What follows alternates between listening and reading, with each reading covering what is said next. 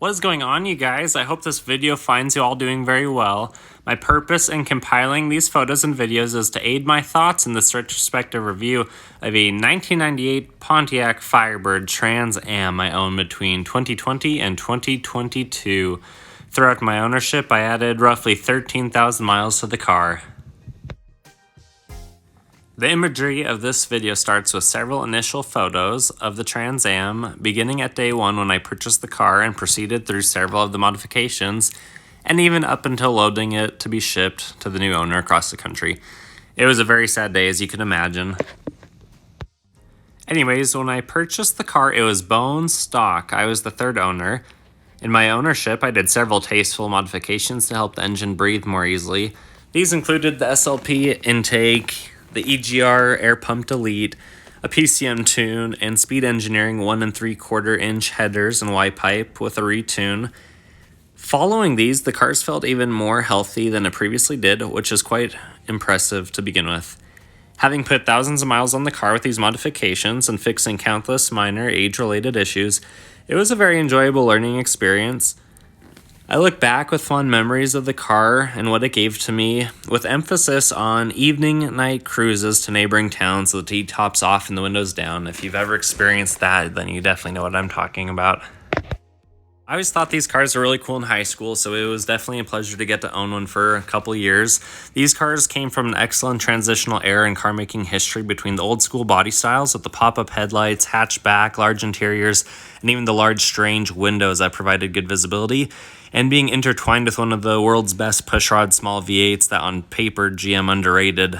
The good old days, right? I would say for anyone considering one of these F-body 4th gen LS1 cars, I highly recommend it. It was a fantastic experience, one I wouldn't trade for anything. I would, however, advise to find a T56 6-speed manual if throwing gears tickles your interest. Mine was an automatic. Everything else fit the bill, and that's why that was the car that I had landed with. The reason for selling it had nothing to do with a poor experience or anything I would steer you guys away from on the car owning experience. It was just for some other reasons and wanting to change experiences, really. So the interesting thing about these upcoming videos is they were all filmed on a closed private course in Mexico, 100% legal and legit. I want to share a bit of the GPS numbers and to help aid in understanding density, altitude, and the role it played in these numbers, but that will likely be another video.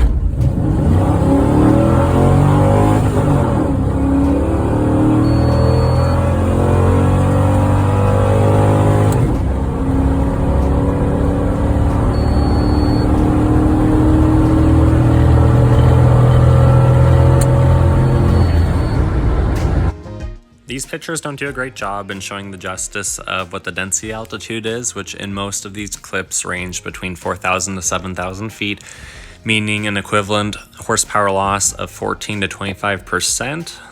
However, with the full bolt-ons in my area of the country, I am quite impressed that the vehicle runs about what it should have ran stock 23, 24 years ago.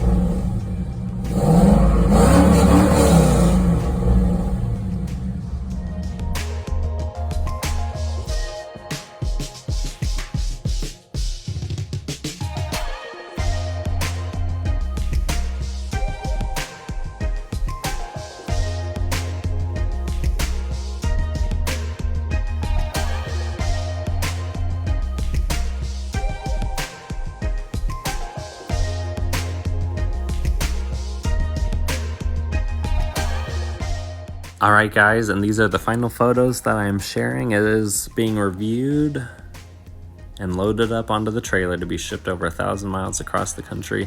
It was a very sad day for sure, but thanks for watching. You guys make it all worth it. Please comment, like, and subscribe for more automotive content. Take care.